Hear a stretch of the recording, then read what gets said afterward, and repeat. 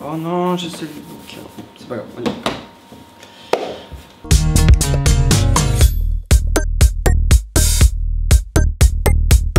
Bonjour à tous, j'espère que vous allez bien. Aujourd'hui, on se retrouve ensemble pour un nouveau test de livre de recettes de cuisine. Et aujourd'hui, on va tester cette délicieuse chose sans chichi, sans gaspille, des éditions Favre. C'est un livre qui nous vient tout droit de nos amis suisses.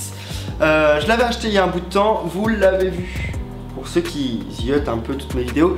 Derrière, dans ma mytho-bibliothèque de livres de cuisine, j'ai cherché des livres à tester et je voulais celui-ci le tester, enfin plutôt vous en parler parce que j'ai déjà fait plusieurs recettes pour vous donner mon avis. Déjà concernant l'auteur, je ne l'ai pas dit, c'est Annick Jean Marais et le prix, eh ben écoutez, je ne m'en souviens plus combien je l'ai acheté. Je vous mettrai le prix et les infos en barre d'infos comme d'habitude. Concernant la couverture, on est sur du, je dirais, rétro chic, que j'adore énormément.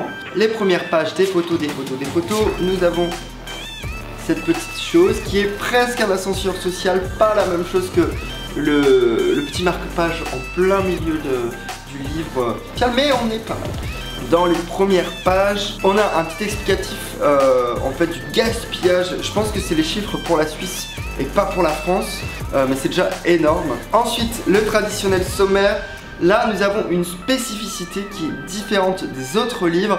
D'habitude, c'est classé en entrée, plat, dessert. Là, on a une division en endroits de la cuisine. Par exemple, les trésors du placard, les ressources du frigo, le pain sec, je ne jette rien, anti-gaspi, à toi de jouer. Et dans ces choses, chaque recette est triée selon le produit principal. Par exemple, les fruits secs, les champignons secs, les tomates séchées, les sardines en boîte, enfin bref.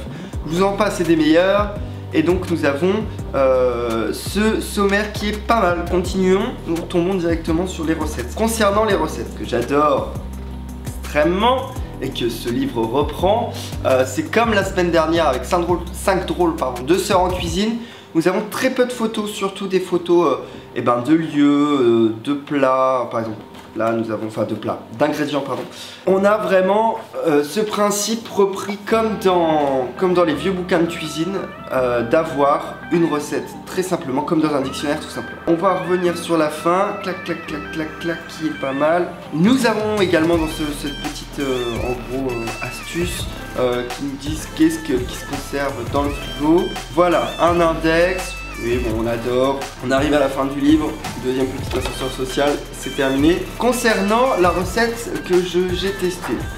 Donc, recette de saison bien sûr, orecchiette au pesto de brocoli. Voilà, je vous laisse tout de suite avec la recette, on se retrouve après. Pour cette recette, il va te falloir 2 brocolis, 4 filets d'anchois, de l'huile d'olive, 2 gousses d'ail et 200 g d'orecchiette. Je commence par couper les têtes de brocoli. Je les mets à cuire 10 à 12 minutes dans l'eau bouillante salée. J'écrase l'ail.